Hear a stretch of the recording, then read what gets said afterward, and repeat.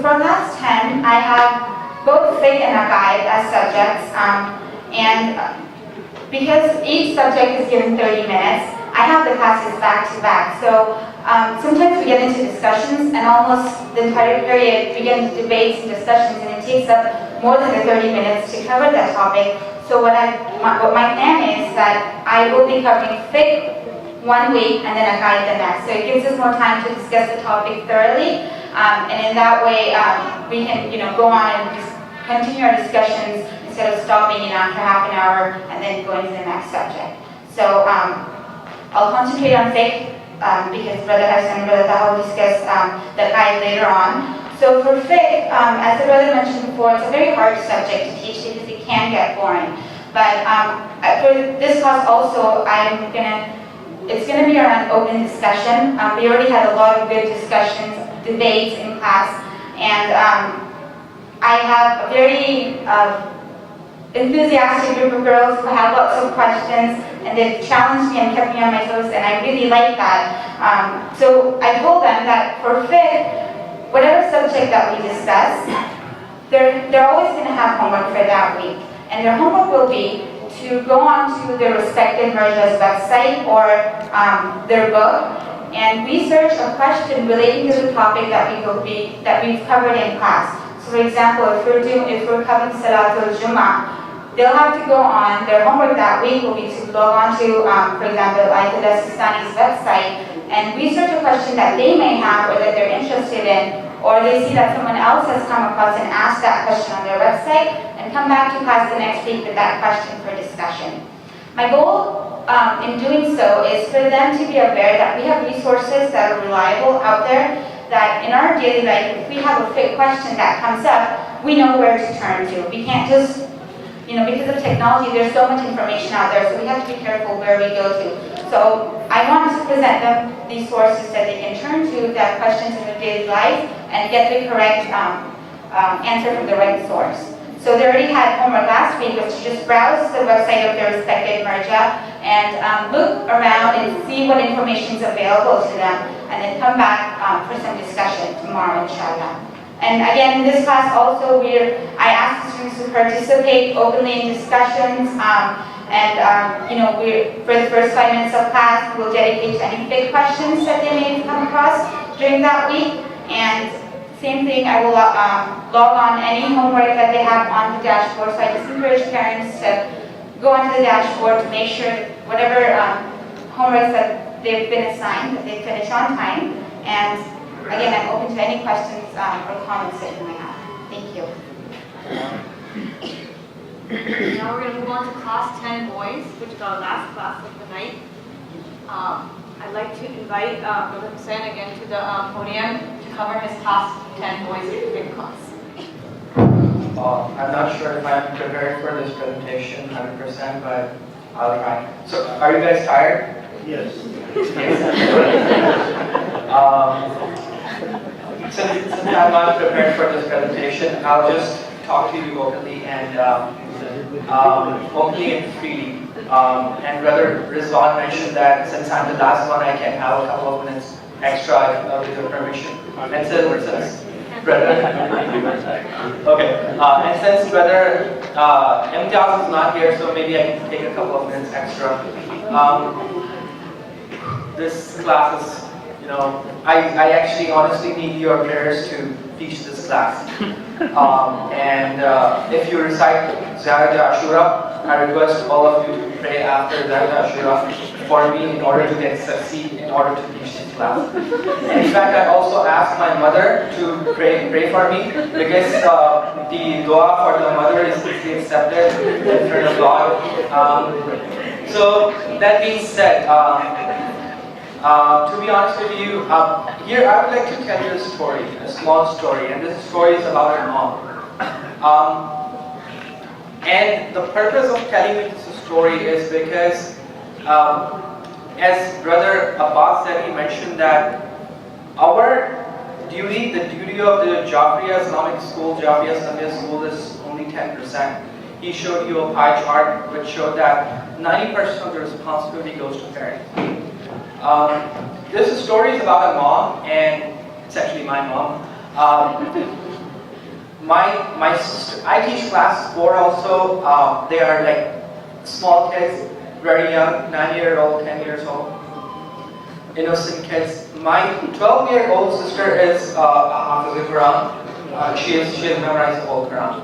And Alhamdulillah, and she went to meet with Al Khamenei last month, and along with her colleagues, they got the opportunity to pray, to offer prayers behind Al Khamenei. And my other sister recently got married. Last month she got married. She is the daughter-in-law of Maulana Sadiq Khattab. So Alhamdulillah, we are blessed to have the opportunity to be related to Maulana Sadiq Khattab. My other brother is a professional tennis player, and he plays internationally, mostly in Spain, Thailand, India, Japan. And my other brother is, my younger brother is in Dubai. He works in Dubai, and I'm just an ordinary person.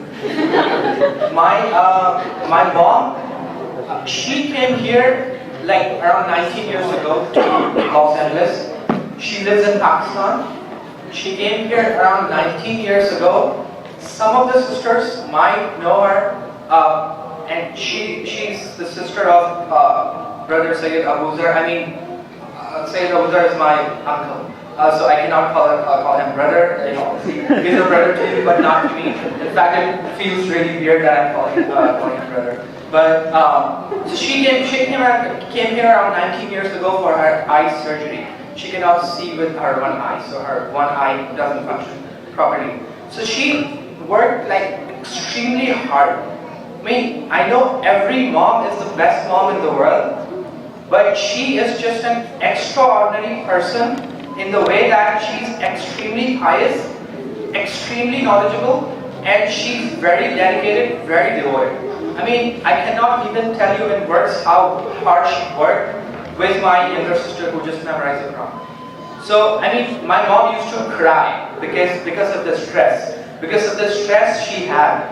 Because she was so serious. She was just so serious. And she was so dedicated because actually, my sister, the madrasa she went to in Karachi, you have to memorize each chapter. Like, there are 30 chapters. You have to memorize each chapter fully 100% in like 15 or 20 days. And if you are not able to, I mean, they will monitor your performance, and if you are not able to memorize a certain amount of surahs, then they will just, you know, you are good to go. So they actually fire people. So because their criteria is very extremely strict. So even just out of stress, she would sometimes used to cry because of all the stress.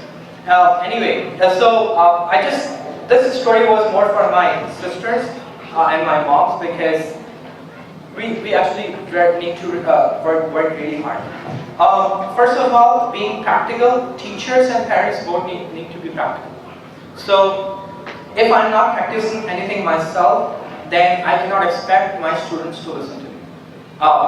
Whether it is in terms of having a beard, whether it is in terms of hijab. Obviously, if the father is giving a 20 minutes lecture on namaz to his son, then if he is not offering namaz al-fajr, then he cannot obviously expect his son to listen to him. Same goes for hijab.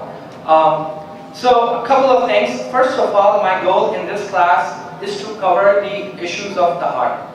Tahara is extremely important because if I should know how to make a cloth pure if it is made impure with urine, if it is made impure with blood. So there are different issues. If it's with urine, then you have to wash the cloth twice after removing the najasa. If it is blood, then after removing the najasa, you can just make the cloth pure by washing it once. So there are different issues.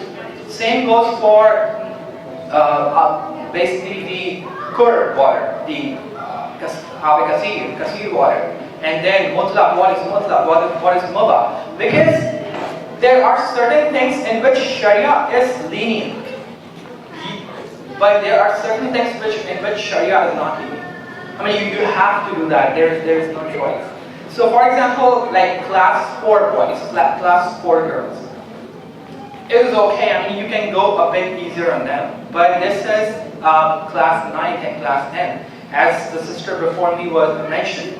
she mentioned that, okay, now this is the situation with class 9 girls. Same situation with class 10 boys, and they are going through puberty.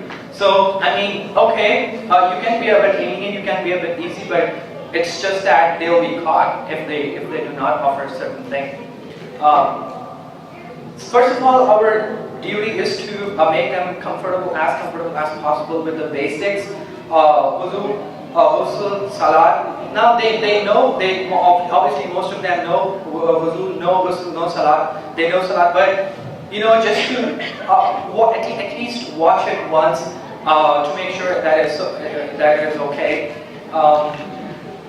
And then there are certain advanced issues. So basically, it's good that just a couple of last minutes. It's good that class 10 boys are not here because I can take this opportunity to be a bit open with you that so they are somewhere between. I would not say they are non-serious. Alhamdulillah, some of them are very serious, but they are somewhere between serious and non-serious. So I mean, I come to my class. I say, okay, we have 30 minutes. Let's read, let's study for 20 minutes, carefully, thoroughly, and let's cover everything. And then for the last 10 minutes, we'll just have fun. We'll just talk about each other. I'll tell you about myself, you tell me about yourself. So don't get me wrong. My goal is to complete all the course, complete all the syllabus, but at the same time have some sort of fun. Then basically advanced issues contain homes, you know, having a beard. So for example, having a French cut beard, you would most of my brothers would know that. Okay, it's Ehtiyat Wajib for Ayatollah Sistani, but what is Ehtiyat Wajib? That you cannot have it, but you can have it if you refer to the next best alim, which is basically Ayatollah Wahid Khorasani. So you can have it, but you should know the proper issue. You should know the proper masala problem. Property. So as I said, there are certain things. For example, if I was recently going out and I saw that there were like $40 lying on the street. Should I pick it up? Should I not? If I should pick it up, then do I have to wait there for like 3 days and announce that whoever property is this?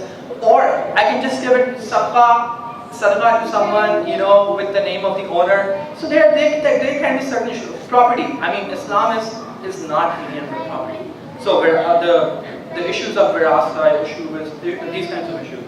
So alhamdulillah, it's going pretty well, and as I said, we all need your prayers in order to succeed and recite Allah Subhanahu. Some of our teachers for class 10 are not present today. They are both husband and wife. Their names are Sister Masuma Kalyan and Mulyas. They teach class 10 Tariq and Iqlaq. They will be here tomorrow for Sunday school, so if any parent wants to see them, please feel free to see them. They are really experienced teachers and we'd love to have them. I'm just